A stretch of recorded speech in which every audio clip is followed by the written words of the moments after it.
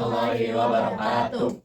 Jadi perkenalkan kami dari kelompok 3. Di sini aku Farid Ginansa, Aku Reviansa, aku Bimota, aku Hanifah, dan aku Kalima. Jadi di sini kami akan membuat video tentang cara membuat bioteknologi konvensional, yaitu yogurt susu sapi. Jadi bioteknologi konvensional merupakan sebuah cara untuk memanfaatkan mikroorganisme yang ada untuk dia tuh menghasilkan sebuah makanan yang dari gizinya itu lebih baik. Dan juga bioteknologi konvensional itu menggunakan cara yang alami dan juga natural.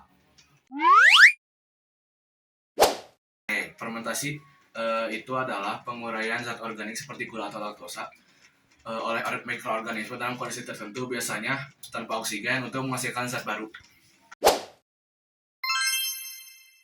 Yogurt ini adalah merupakan produk hasil fermentasi di mana menggunakan bakteri asam laktat, yaitu umumnya Streptococcus thermophilus dan Lactobacillus bulgaricus. Nah, bakteri ini mengubah laktosa susu menjadi asam laktat yang menurunkan pH dan mengentalkan protein susu, yang menjadikan susu ini lebih panjang masa simpannya dan juga nilai gizinya lebih baik. Jadi buat yang penasaran gimana cara untuk pembuatan yogurt, ikutin kita ya. Go! Alat dan bahan yang dibutuhkan, yang pertama ada bahan-bahan. Yang pertama ada susu sebagai bahan utama pembuat yogurt. Susu mengandung laktosa yang akan difermentasi oleh bakteri menjadi asam laktat.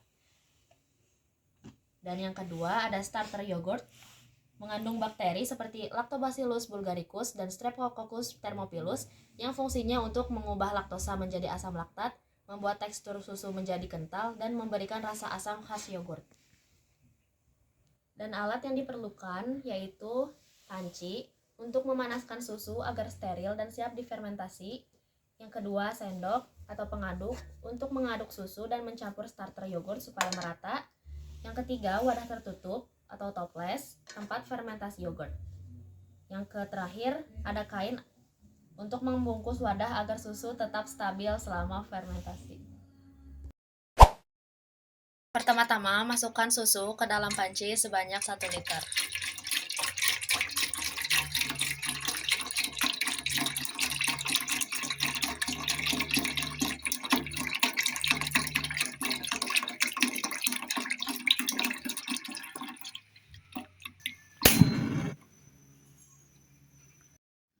Panaskan susu sambil diaduk untuk mematikan bakteri kontaminan.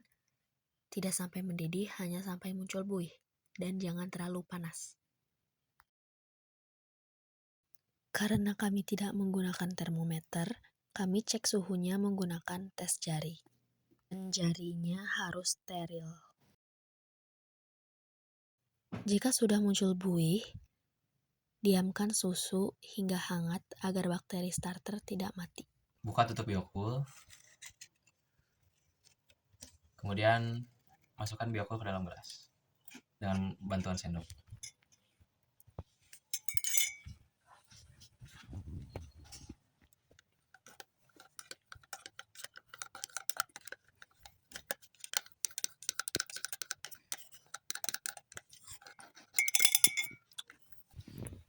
Masukkan dengan perlahan.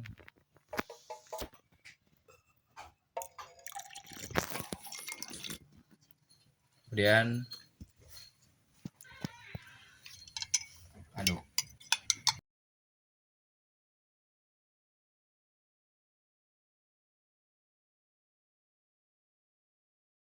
Masukkan campuran dari susu dan yogurt tadi ke dalam wadah yang lebih besar.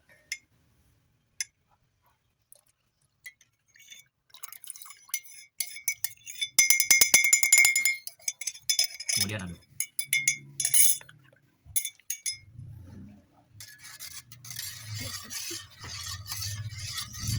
Masukkan susu yang sudah dicampurkan dengan yogurt ke dalam toples.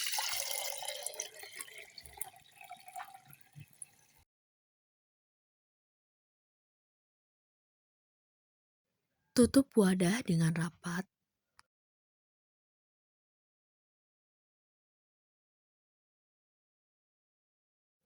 Lalu bungkus dengan kain agar kondisinya tetap hangat saat fermentasi.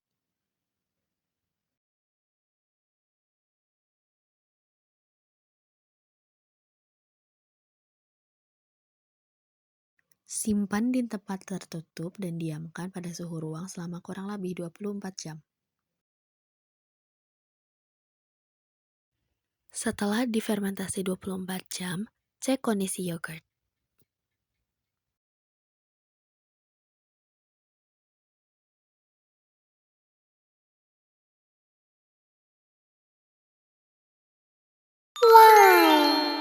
Proses fermentasi mengubah susu cair yang netral rasanya menjadi yogurt yang kental dan asam melalui konversi laktosa menjadi asam laktat oleh bakteri. Secara fisik, tekstur berubah dari encer menjadi semi padat atau kental karena protein yang menggumpal pada pH rendah.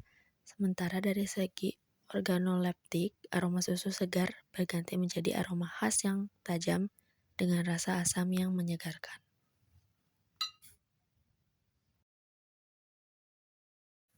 Agar tekstur lebih maksimal, masukkan susu ke dalam kulkas.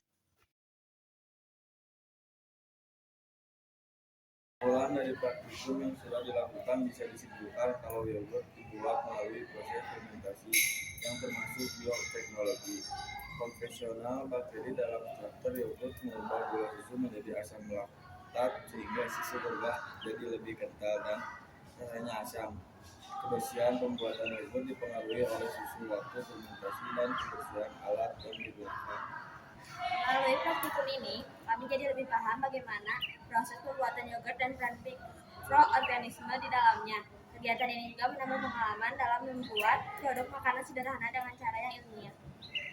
Kemudian ada refleksi juga dari kita bahwa ketika membuat yogurt itu kita harus teliti dalam pemilihan komposisi produk. Kemudian juga kita harus membersihkan barang-barang yang digunakan agar steril. Dan juga kita tuh jadi tahu gitu kalau bakteri yang digunakan itu tidak selalu yang namanya bakteri itu jahat. Karena dari sini juga bakteri itu digunakan untuk membuat yogurt sebagai bahan makanan. Terima kasih sudah menonton video kami, semoga bermanfaat.